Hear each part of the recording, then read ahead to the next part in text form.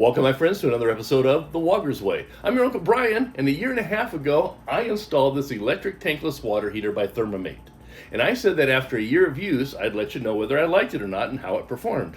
Well, it's actually been a year and a half, so a little longer than I expected, but that last 6 months is going to provide some pretty interesting data, I think. So what I'm going to do is I'm going to go ahead and hook this up and descale it, and while that's happening, we're going to jump in the office and I'm going to go over some data on the last year and a half on this unit. Stay tuned.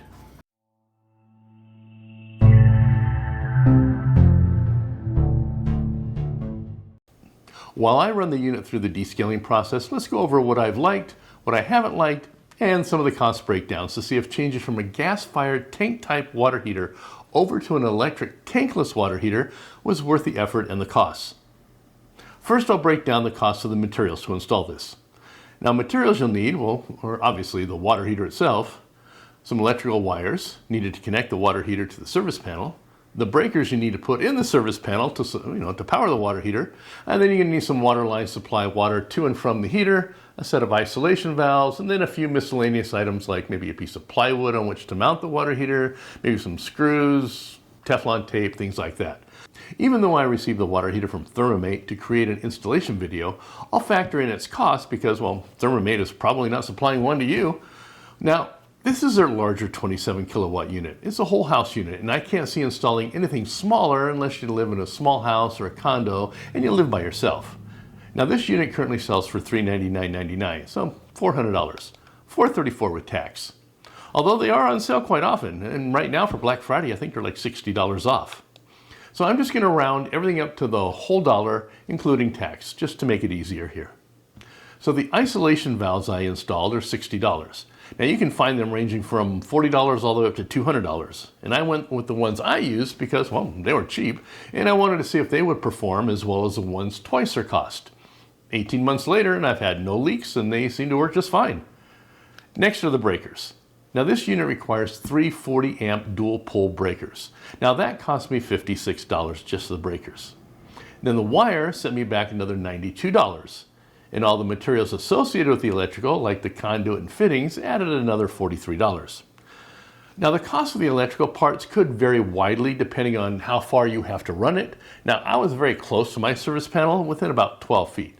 But keep in mind there's a black and a red for each breaker, so that's 24 feet for each breaker, times 3, plus another 12 foot for the ground. Now, if you can use Romex and not need all the conduit and fittings and everything like I used, you may be able to get off a little bit cheaper here. But if you have to run it a long way, well, then you could easily spend a lot more. For the plumbing, I had to run 3/4 inch packs from one end of my garage all the way to the other end where I mounted the water heater.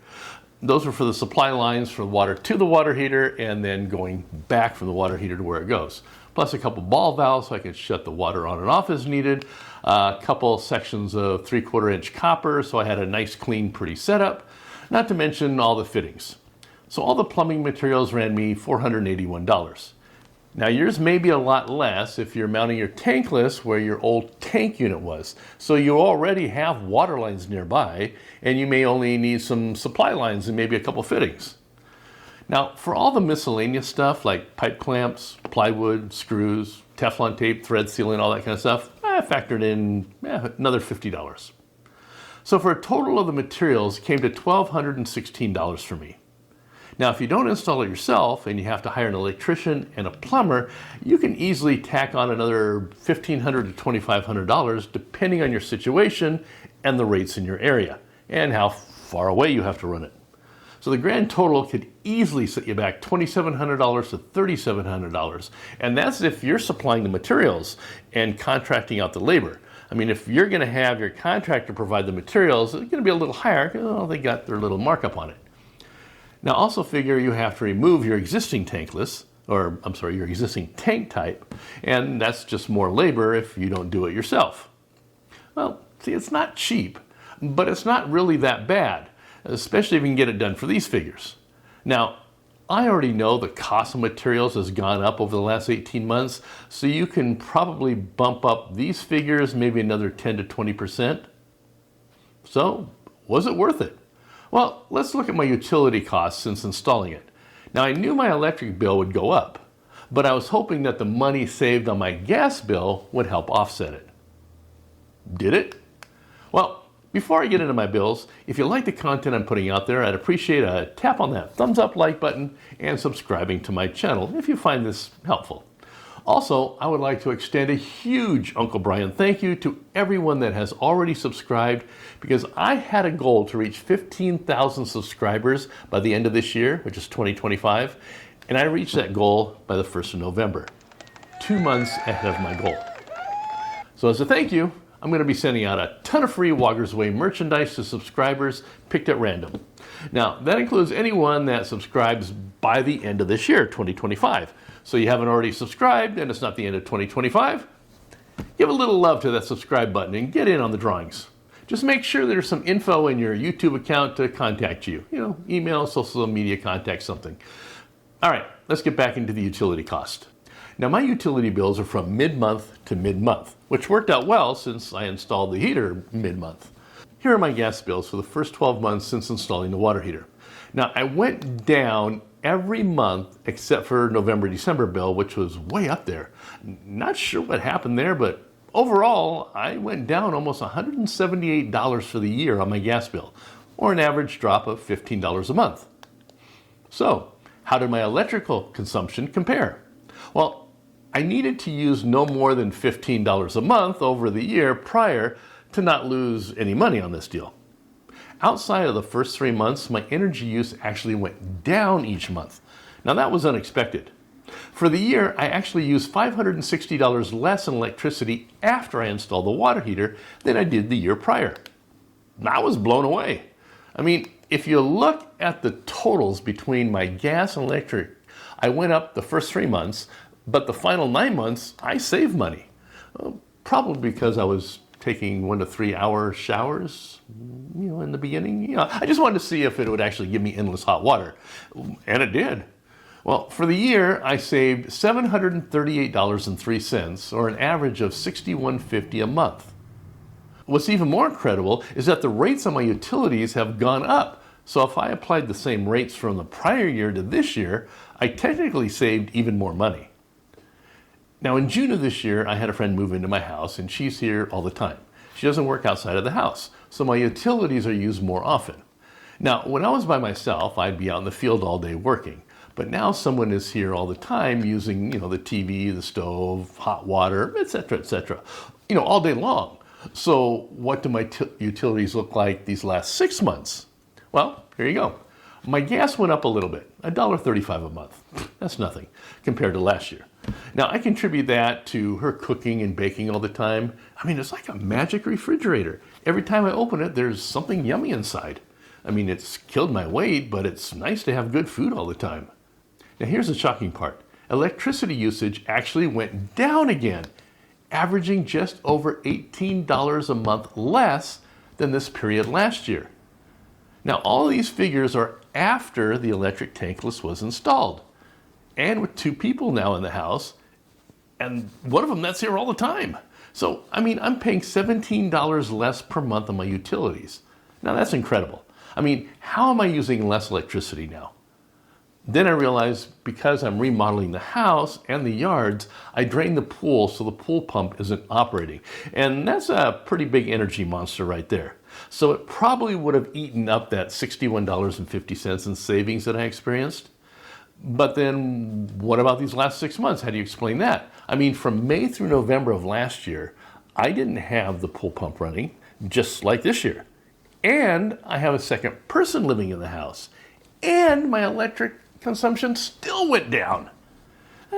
Maybe because I went to showering only once a week. That's not true. I still shower twice a week, whether I need it or not. All right, my pros and cons of switching over to an electric tankless water heater. Well, the good things are I'm saving money on my gas bill. And remarkably, I also went down on my electric bill, but I'm going to attribute that to not having the pool pump running. So we're going to call that a wash.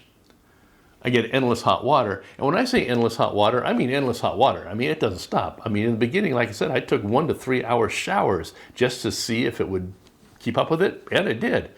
Now, endless hot water does not mean instant hot water. It means endless. So you still have the water lines going from the water heater to whatever fixture you're using. So you have to get the cold water that's in those lines out before you get hot water. So it's still going to be some time before you get the hot water. It's all going to depend on how long those lines are. But once you get the hot water, it's always hot. I mean, 3-hour shower and that temperature never fluctuated. Another pro, well, less space taken up in the garage. I mean, the tankless water heater is a lot smaller than those tank type ones. Plus, the tankless tend to last longer. Now, in this area, a gas-fired tank-type water heater typically lasts about 8 years without a water softener or maintenance on it, which people normally don't have here. A tankless, provided you maintain them yearly, should last at least twice that long. All right, so what are some of the cons? Well, the biggest one is the upfront costs. You can consider at least $2,500 and up. And you can see that I'm not saving any money on my utilities to offset those costs. So you got to figure that's just money out of pocket that you can lose right offhand. Now, of course, if you can do it all yourself, then you can save on those costs. Another cost would be, well, the electrical system requirements. Now, not just running electrical lines to power it, but your service panel needs to be able to support it also. Then there's the cost to flush and descale it each year. It's minimal, but I mean, you still have to do it. And then limited flow.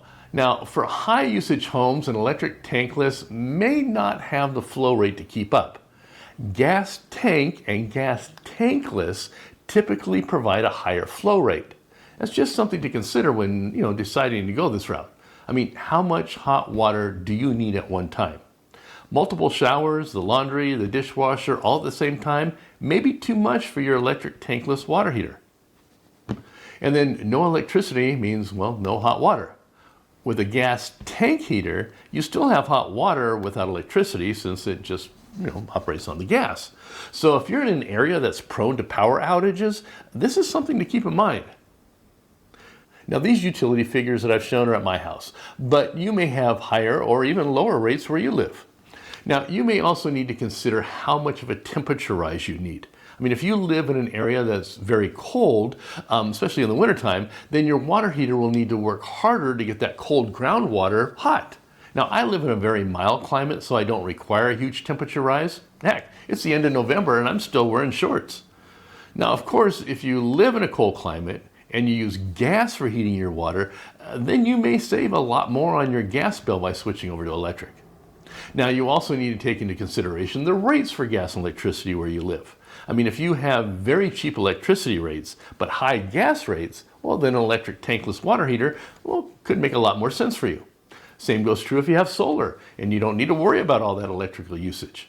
So just a lot to think about if you're considering going electric tankless. Bottom line is, am I happy with this electric tankless water heater by Thermomate? All things considered, yeah. I mean, I haven't had any issues with it. It hasn't leaked. It hasn't stopped working or broken down. It turns out that my utility costs really haven't gone up. Of course, that's going to change when my pool pump is back up and running. But even then, with the pool pump running, and now 2 people in the house, and with the increase in the utility rates, I'll just be right back to where I was before. But I'm getting endless hot water. All right. Of course, now it's only been 18 months, so I can't attest to the longevity of this unit, but if it lasts, well, then I'm happy with it. Now, it also takes up that less space in my garage. Well, maybe not yet, because I haven't removed my tank unit yet. Now, the only downside would be the upfront cost. But if it lasts twice as long as my tank unit, then the cost won't be an issue. Not to mention having it supplied to me by Thermomate and doing all the labor myself, the costs to me were very minimal considering. So if you're interested in this tankless water heater by Thermomate, I'll put links below to it and the materials I used. I'll also throw a link up here on how to install it, plus a link on how to descale it, which you must do every year. So thank you, my friends, for spending this time with me, and I hope I was able to give you some valuable information if you're considering installing this electric tankless water heater by Thermomate. So what's next? Well, I'm going to be installing a gas tankless water heater in my house. Okay, I can already hear you saying, but Uncle Brian, if you're so happy with an electric one, why are you installing a gas tankless unit? Well, a couple reasons. One, it was supplied to me by the manufacturer to do a video on it, so it didn't cost me anything. That's the big one. Two, I want to give you choices. Plus, some of you, an electric tankless may not be an option, or maybe even the best option. And it gave me a chance to create a video on how to run a larger gas line for it. So this is your Uncle Brian saying thank you for watching, thank you for liking, and thank you for subscribing. And I'll see you in one of my other videos, like one of these. Bye now.